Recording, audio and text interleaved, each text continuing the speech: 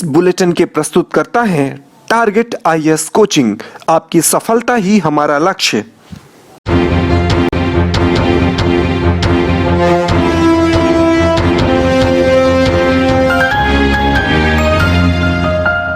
नमस्कार, आप देख रहे हैं रीवा दर्शन। मैं सुचेता बघेल आपके साथ। आइए जान लेते हैं क्या है आज की प्रमुख खबरें। प्रभारी मंत्री पहुंचे रीवा। विभिन्न कार्यक्रमों में भाग लेने के बाद ली गई समीक्षा बैठक। देश की सबसे बड़ी टनल में कार्य कर रहे श्रमिक की हो गई मौत। जिला न्यायालय में किया जा रहा है राष्ट्रीय लोक अदालत का आयोजन और करंट की चपेट में आने से भैंस की हुई मौत। आइए अब नजर डालते हैं इन खबरों पर विस्तार से।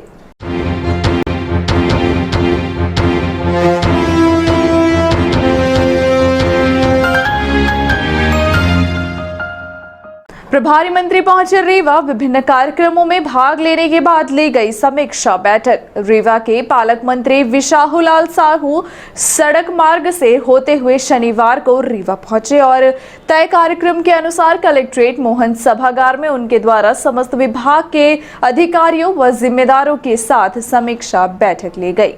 कोरोना की दूसरी लहर के दौरान जो स्थिति सामने आई है, जो कठिनाइयां आने वाली हैं, इसके संबंध में सभी विभागों के साथ समीक्षा बैठक ली जा रही है।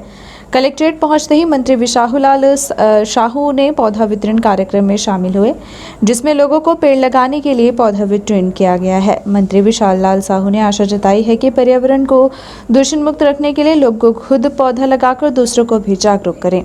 इसके अतिरिक्त कलेक्ट्रेट में ही एक प्रमुख कार्यक्रम का आयोजन किया गया था, जिसमें कोरोना काल के दौरान ऐसे बच्चे जिनके माता पिता की कोरोना वायरस से मौत हो गई है या फिर पिता की मौत हो जाने के बाद माता कार्य करने में सक्षम नहीं है, ऐसे 70 बच्चों को प्रति माह 2000 रुपये सहायता राशि एवं पठन पाठन के लिए पुस्तक सहित अन्य सामग्रियों की व्यवस्था की जा रही है। आपको बता दें कि यह सहायता राशि रीवा जिले के कुछ निजी संगठन व अन्य लोगों की सहायता से की गई है। यह कार्यक्रम पहली बार रीवा में किया जा रहा है। मंत्री विशाहुलाल साहू के द्वारा इस योजना के लिए कलेक्टर इलैया टी को बधाई दी गई है। यह बताया जा रहा है कि निरंतर ऐसे बच्चों की पहचान की जा रही है और उन तक भी इस योजना का पूरा लाभ पहुँचाया जाएगा, जिसमें पूरी तरह निजी लोग सहायता कर रहे हैं। मंत्री विशाहुलाल साहू के आगमन पर विकास संवाद समिति डभौरा के द्वारा 51 नग ऑक्सीजन कंसंट्रेटर शासकीय अस्पतालों में देने के लिए दिए गए हैं। कार्यक्रम में मंत्री विशाहुलाल साहू के साथ पूर्व मंत्री एवं रीवा विधायक राजेंद्र शुक्ल सहित रीवा जिले के अन्य विधायकगण ने हिस्सा लिया। कितने काम पेंडिंग है, कितने नहीं है और किन कामों को करने की जरूरत है, तो इस पर आज विचार किया जाएगा। और मुझे पूरा विश्वास है कि यहाँ के हमारे सम्मानित विधायकगण, जनप्रतिनिधिगण, हमारे अधिकारीगण और यहाँ के नागरिकगण, साथ में हमारे पत्रकार साथियों के सहयोग से हम रीवा जिला को एक अच्छे ऊंचाई पर ले जाने का प्रयास करेंगे। पहला कार्यक्रम ऐसा रखा है जो दिल को छूने वाला कार्यक्रम है। ऐसे बच्चे जिनके माता पिता नहीं है या माता पिता में से एक नहीं है और योजना बहुत पुरानी है, लेकिन इस योजना को स्पॉन्सर करार के और 70 लोगों को 2000 रुपये का चेक देने का काम। आज जिला योजना समिति की बैठक थी और जो प्रस्ताव जिला से आए थे उन प्रस्तावों को स्वीकृत किया गया है और ये भी कहा गया है कि भविष्य में अगर कोई प्रस्ताव आते हैं तो हर महीना बैठक होगा, तो वहाँ पे आप प्रस्तुत करें। जिला योजना समिति में उनकी स्वीकृत की जाएगी। जी, बड़ा लंबा चौड़ा है, और बताएं तो बड़ा 4 घंटे बैठक चली। कुछ महत्वपूर्ण निर्णय, बहुत महत्वपूर्ण निर्णय हो। अगर आप जानकारी चाहें तो जिला प्रशासन के पास पूरा एजेंडा है। मॉर्निंग में आज निर्देश दे दिया गया है, अगर गरीब को, जो पात्र परिवार है, अगर राशन नहीं वितरण करेंगे, चाहे अधिकारी हो चाहे कोई भी व्यक्ति हो, उन्हें बर्दाश्त नहीं किया जाएगा और कड़ी कार्रवाई की जाएगी। देश की सबसे बड़ी टनल में कार्य कर रहे श्रमिक की हो गई मौत। दिलीप बिल्डकॉन कंपनी की मानी जा रही लापरवाही।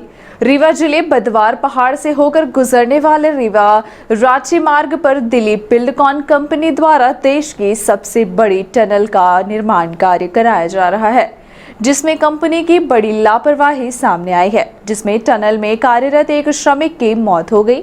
श्रमिक की मौत का कारण कंपनी की लापरवाही व कार्य के दौरान सुरक्षा व्यवस्था की कमी मानी जा रही है। आपको बता दें कि रीवा सीधी मार्ग स्थित गुड़ अंतर्गत बदवार पहाड़ में दिलीप बिल्डकॉन कंपनी द्वारा टनल का निर्माण कार्य करवाया जा रहा है। निर्माण कार्य के दौरान यहां कार्यरत एक श्रमिक की कंपनी की लापरवाही के चलते मौत हो गई। श्रमिक का नाम विपिन पटेल बताया जा रहा है, जिसके करंट लगने की वजह से मौत हो गई। मौत के बाद कंपनी प्रबंधन द्वारा इस बात को छिपाने का प्रयास किया गया। साथ ही चोरी छिपे श्रमिक को इलाज के लिए प्राइवेट अस्पताल में लाया गया, जहां डॉक्टरों ने श्रमिक को मृत घोषित कर दिया। इधर इस बात की जानकारी जैसे ही परिजनों को हुई तो परिजनों ने हॉस्पिटल के बाहर हंगामा शुरू कर दिया। परिजनों की मांग है कि 5 लाख रुपए मुआवजा और 10,000 रुपए महीने में परिजनों को सहायता के तौर पर दिया जाए। इस बात को लेकर परिजनों और पुलिस प्रशासन के बीच बातचीत जारी है। आइए जानते हैं परिजनों की क्या मांग है। घटना चीपिंग करते थे वही खत्म हो गया है वो लड़का। हम साइड में थे, दोनों आदमी अंदर थे, दोनों आदमी थे अंदर थे। वो करता था, मैं थोड़ा साइड में था। काहे के काम चल रहा था? वो चीपिंग करते थे। काम ये मशीन है, एमसी प्लांट है। इसका मिक्सचर के माल जाता टनल में जाता है। ये वही अंदर खत्म। कंपनी है ये दिलीप बिल्डकॉन है। घटना कब की है? घटना ये हुआ है 7:30 बजे हुई है। कल शाम सुबह? आज सुबह। उसके बाद हैं? इसके बाद क्या किया? इसके बाद एम्बुलेंस में लेके आए, इधर लेके आए हैं। खत्म वही हो गया था। नाम क्या है मृतक का नाम क्या है? किसका? जो मर गया नाम? वीरेंद्र पटेल। कहाँ का रहने वाला है? बदवार का। मोबाइल वहीं रखा, दोनों रखा है। रख लीजिए, मोबाइल दोनों रखा है। सूचना न दे। अब चाहते क्या हैं आप लोग प्रशासन से? मैं चाहता हूँ प्रशासन इसको कुछ मिल जाए मुझे। मेरा गांव भी है, गांव में किसी सूचना नहीं दिए। इन दोनों वर्करों का जो साथ में था उसका भी मोबाइल, इसका भी मोबाइल वहाँ जब्त कर लिए। तो वो तो घटना हो गई। कम से कम इसके परिवार को 50 लाख रुपए मुआवजा और इनके माँ बाप सियाने हैं तो उनको दोनों को जीविका के 10,000 रुपये मंथली पेंशन दिया जाए, क्योंकि उसके कमाने वाला वही था। इसके जो छोटे भाई थे, पढ़ाई लिखाई की जवाबदारी उसी के ऊपर थी, तो उनको पढ़ाने के लिए जिससे खर्च चल जाए। जिला न्यायालय में किया जा रहा है राष्ट्रीय लोक अदालत का आयोजन। विद्युत मंडल, नगर निगम सहित विभिन्न प्रकार के बैंकों का लगाया गया शिविर। जिला न्यायालय में राष्ट्रीय लोक अदालत का आयोजन किया जा रहा है, जिसमें पूर्व कार्यक्रम के अनुसार विवादों का निराकरण कराया जा रहा है। राष्ट्रीय लोक अदालत में सर्वाधिक मामले विद्युत मंडल द्वारा लगाए गए शिविर में देखे जा रहे हैं, जहां अधिकांश मामले विद्युत चोरी से संबंधित है। यहां हितग्राहियों को 30% तक की छूट देकर शिविर में ही मामले का निराकरण किया जा रहा है। नगर निगम के द्वारा भी हाउस टैक्स, नल बिल सहित अन्य प्रकरणों का निराकरण किया जा रहा है। राष्ट्रीय लोक अदालत में जिन प्रकरणों के निराकरण के लिए आयोजन किया जा रहा है उसमें राजीनामा योग्य सिविल दंडित परिवार विवाद, चेक बाउंस प्रकरण, विद्युत एवं दुर्घटना दावा प्रकरण में सरल एवं त्वरित न्याय के लिए इस अदालत का आयोजन किया गया है। आपको बता दें कि राष्ट्रीय लोक अदालत के लिए संबंधित हितग्राहियों को विशेष सूचना दी गई थी, जहां हितग्राही पहुंच रहे हैं और मामलों का प्रकरणों का निराकरण किया जा रहा है। और शास्त्र हमारे श्रीमद् भगवद गीता से लेकर के सारे जो बोलते हैं कि हम उस उद्देश्य को तभी प्राप्त करें जब सर्वभूते हिते रहता। हम जब सभी के कल्याण की बात करेंगे, सभी के कल्याण में रत रहेंगे और उनको हितों की चिंता करेंगे। ये लोक अदालत हर एक गड़बड़ के बाद आती है। अभी कोरोना काल में पहली बार इस साल की पहली प्रथम राष्ट्रीय लोक अदालत हो रही है। आप लोगों ने काफ़ी अच्छी तैयारियां की हैं और उम्मीद है कि हम लोग जो हमारे बीच में जो काम नहीं हुए थे, विशेष करके प्लेन, बिजली और जो नेगोशिएबल इंस्ट्रूमेंट एक्ट सहित मामले कभी नहीं लिखते थे, कम से कम मरहम पट्टी की तरह पुरस्कारों को कुछ तो मिलेगा और कुछ तो आगे काम बढ़ेगा। ये कार्य करने का समय है और हम लोग सब लोग सारी बातें आप लोगों ने कर चुकी है, इसलिए हम बस यही कहेंगे कि हम इस आशय से जो अदालत में सर्वे भवन सुनना, सर्वे संगी रामया, सर्वे बचाव कर माँ को से हम लोग अदालत का कार्य करें और सभी को आभार धन्यवाद सभी। 138 और 135 के प्रकरण आए हुए हैं, जिसके तहत जो भी कंज्यूमर है उनको जो प्री लिटिगेशन वाले केसेस हैं उसमें 30% का है ना वो रखा गया है कि छूट का दायरा, और जिसमें जो लिटिगेशन वाले जो ऑलरेडी कोर्ट में चल रहे हैं उनको 20% अगर वो समझौता करना चाहते हैं तो उनमें 20% की छूट दे करके ऐसे केसेस को निपटाने का प्रयास किया जा रहा है, जिससे कि कंज्यूमर को भी दिक्कत ना हो और हाँ ब्याज उसमें 100% लिया जा रहा है और कंज्यूमर को भी दिक्कत ना हो और वो और अब एक प्रकरण भी कम होते जाएं।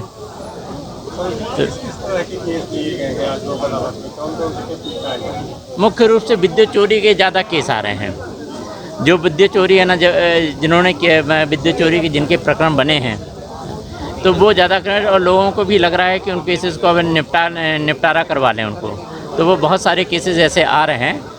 और विद्युत चोरी वाले जितने भी प्रकरण हैं अगर वो कोर्ट में नहीं गए हैं तो उनको भी 30% की छूट दे करके और ब्याज में उनको पूरा 100% के दे करके उनको पूरे प्रकरण को निपटाने का प्रयास किया जा रहा है। हमारे मध्यांचल बैंक की 31 शाखाएं इसमें पार्टिसिपेट कर रही हैं, जो कि आज की लोक अदालत में तो लोग आ रहे हैं, अच्छा रिस्पॉन्स अच्छा मिल रहा है। और देखिए अभी कितना और हो पाता है, क्योंकि हम कंसोल कर रहे हैं, डेटा कंसोल कर रहे हैं। अभी शाम तक उम्मीद है कि अच्छा खासा इसमें रिस्पॉन्स मिलने की उम्मीद है। बाकी जगह लोक अदालत और लगी हुई है बाकी तहसीलों में, तो बाकी ब्रांचेज वहाँ पर भी लोक अदालत के माध्यम से समझौते प्रस्ताव के लिए तैयारी चल रही है वहाँ भी। करंट की चपेट में आने से भैंस की मौत। मेंटेनेंस के अभाव में लगातार हो रही घटनाएं, कभी भी हो सकता है बड़ा हादसा। भले ही शासन द्वारा आम जनता को पर्याप्त मात्रा में बिजली उपलब्ध कराने का दावा किया जा रहा है, लेकिन विद्युत विभाग की लापरवाही व मनमानी के चलते लोगों को अनेकों समस्याएं झेलनी पड़ रही हैं। मेंटेनेंस के अभाव में बिजली तो पर्याप्त नहीं ही मिल पाती, साथ ही आए दिन खतरा भी बना रहता है। आपको बता दें कि गत दिवस ही गुड़ तहसील के ग्राम रतेहा में इसी तरह की लापरवाही सामने आई थी, जिसमें 9 मवेशियों की एक साथ मौत हो गई थी। वहीं बरसैता गांव में भी लूज तार की वजह से एक ट्रैक्टर में आग लग गई थी और धो कर ट्रैक्टर व उसमें लोड फसल जलकर खाक हो गई थी और बड़ा हादसा होते होते टला था। आए दिन हो रही इस तरह की घटनाओं के बाद भी विद्युत विभाग के जिम्मेदार अधिकारी ध्यान नहीं दे रहे हैं, जिसकी वजह से आए दिन इस तरह के हादसे हो रहे हैं। शनिवार की सुबह एक बार फिर विभाग की लापरवाही सामने आई और करंट ने भैंस की जान ले ली। बिजली विभाग को इस समस्या से लगातार रेवा दर्शन अवगत कराता रहा है। इस समस्या को लेकर रेवा दर्शन संपादक उपेंद्र द्विवेदी द्वारा रेवा collector doctor Ilaiya Raja T समेत एमपी, बीएससी एवं डीई के साथ ए को इस संबंध में अवगत कराया गया था, लेकिन विद्युत विभाग की उदासीनता के चलते इस तरफ खास पहल नहीं की गई। हर बार विभाग सिर्फ यह कहकर पल्ला झाड़ लेता है कि विभाग के पास बजट और मटेरियल की कमी है, जिसके चलते मेंटेनेंस का कार्य नहीं हो पा रहा है। यही लापरवाही जानलेवा साबित हो रही है, जबकि माना यह जा रहा है कि प्रत्येक वर्ष शासन द्वारा विभाग को मेंटेनेंस के नाम पर करोड़ों रुपए का बजट दिया जाता है, किंतु विभाग मेंटेनेंस के नाम पर महज खाना पूर्ति कर बजट को रफा दफा कर लेता है। इसी बात का खामियाजा स्थानीय स्तर पर लाइनमैन एवं अन्य कर्मचारियों को भुगतना पड़ रहा है, क्योंकि आम जनता स्थानीय कर्मचारियों के पास अपनी समस्या लेकर जाती है, लेकिन इनके पास न फ्यूज बांधने के लिए तार है और न ही कोई मटेरियल उपलब्ध है, जिसकी वजह से आए दिन विवाद की स्थिति निर्मित हो जाती है और इसका खामियाजा लाइनमैन और अन्य छोटे कर्मचारियों को भुगतना पड़ता है, जबकि इसके पीछे असली दोषी वरिष्ठ अधिकारी हैं। अगर मेंटेनेंस का यही हाल रहा तो अभी तो एक भैंस की जान गई है, आगे और भी बड़े हादसे हो सकते हैं। बात की जाए बिजली विभाग की तो ग्रामीण क्षेत्रों में हालात अत्यंत बदतर हैं। बरसैता समेत अन्य आसपास के कई गांवों में बिजली के तार जर्जर हालत में हैं। सड़क चलते लोगों के सिर में बिजली के खुले तार छू जाते हैं। गांव में लगाए गए ट्रांसफार्मर में जगह जगह केबल जली हुई है। खंभों में इंसुलेटर नहीं है, जिसकी वजह से करंट उतरता है। इतना ही नहीं, उपकरणों की कमी के चलते अनेकों समस्याएं निर्मित हो रही हैं, फिर चाहे वो ट्रांसफार्मर में ग्रिप की समस्या हो या बॉक्स की कोई भी मटेरियल विभाग नहीं उपलब्ध करा पा रहा है, जिसकी वजह से जिले भर के लोग परेशान हैं। इसी लापरवाही का शिकार एक बार फिर बरसैता निवासी विजय शंकर मिश्र को होना पड़ा, जिनकी कीमती भैंस देखते ही देखते करंट की चपेट में आ गई और पल भर में उसकी मौत हो गई। लगातार हो रही घटनाओं से स्थानीय लोगों में आक्रोश व्याप्त है। प्रयागराज से रीवा लाई जा रही नशीली कफ सिरप पकड़ाई। उत्तर प्रदेश प्रयागराज से ऑटो में लाई जा रही थी नशीली कफ सिरप। मुखबिर से सूचना मिलने के बाद पुलिस ने घेराबंदी कर एक नाबालिग समेत अन्य आरोपी को गिरफ्तार कर लिया है। नशे के विरुद्ध चलाए जा रहे अभियान के तहत पुलिस ने एक बड़ी कार्यवाही की है। जनेह पुलिस को मुखबिर से सूचना मिली कि प्रयागराज से बिना नंबर के ऑटो में भरकर रीवा नशीली कफ सिरप लाई जा रही थी, जिसके बाद पुलिस ने ऑटो चालक से सख्ती से पूछताछ की तो आरोपियों ने अपना राज खोल दिया। इस संबंध में एडिशनल एसपी शिव कुमार से बात की गई तो उन्होंने बताया कि और एक तस्कर छोटे छोटे बच्चों को इस धंधे में यूज कर रहा है।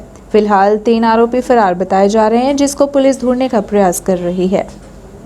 हाँ, जनेह पुलिस को सूचना मिली थी कि प्रयागराज के जरिए उधर जनेह की तरफ कुछ कॉरेक्स वगैरह आती है, उस पर से जनेह पुलिस के द्वारा ये कॉरेक्स को पकड़ा गया। पकड़ने के बाद पुलिस को जानकारी मिली कि इन बदमाशों ने ये कॉरेक्स का एक नया रूप आया है सामने, होमरेक्स करके कुछ इस तरह से मैक्स कॉप करके एक सिरप है, उस नाम से सिरप को नशीली दवा के रूप में बेचने के लिए चालू हुआ है। इसमें क्या किया गया है कि नाबालिग बच्चों का प्रयोग करने लगे हैं बदमाश, उनको साथ में ले जाके या उनसे ड्राइविंग करा के और उनके माध्यमों से ये नया स्मगलिंग का काम इन लोगों ने शुरू किया है। पुलिस की नज़र इस पर पड़ी है। इसमें एक नाबालिग सहित एक बालिग आरोपी को गिरफ्तार कर लिया गया और 3 आरोपी फरार हैं। 3 आरोपी जो हैं वो यूपी के हैं। पुलिस अपनी कार्रवाई कर रही है और इस सख्ती से कार्रवाई की जाएगी। ये थी आज की प्रमुख खबरें। आगे की खबरों के लिए बने रहे रेवा दर्शन के साथ। दीजिए हमें इजाजत। नमस्कार।